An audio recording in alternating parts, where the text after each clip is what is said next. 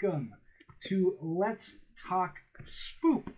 I am your host, Don, and today we are going to talk about Naina on Screambox. Naina is the Bollywood remake of The Eye, which I think this one is based off of The Eye with Jessica Alba, which is an American remake of The Eye, which is a Japanese horror film.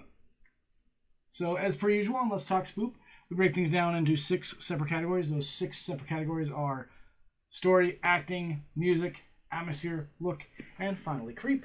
So without further ado, let's go ahead and jump into Naina on Screambox.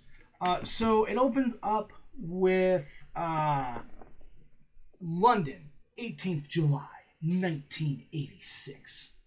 A car with some children not wearing seatbelts, and then it cuts to a lady giving birth in a hospital who gives a stillborn birth, and then the children in the car get into a horrible car accident.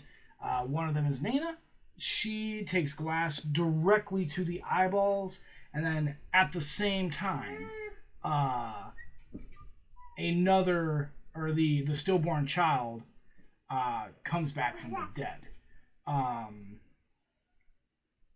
And then we get our opening credits. London, present day. Naina is blind as an adult.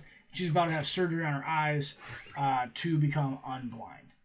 She wakes up in a hospital, talks to an 11-year-old girl with brain cancer, and then now she can see painfully and blurrily. And then she starts seeing weird things almost immediately.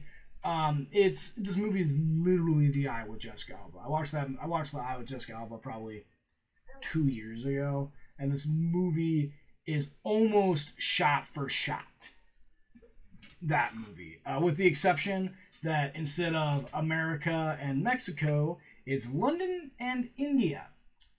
So if you do not mind the blatant ripoff, it's passable. So I give it a 3 out of 5. Acting. Naina overacts a lot. Just way over the top. Shocked reactions. Flailing everywhere.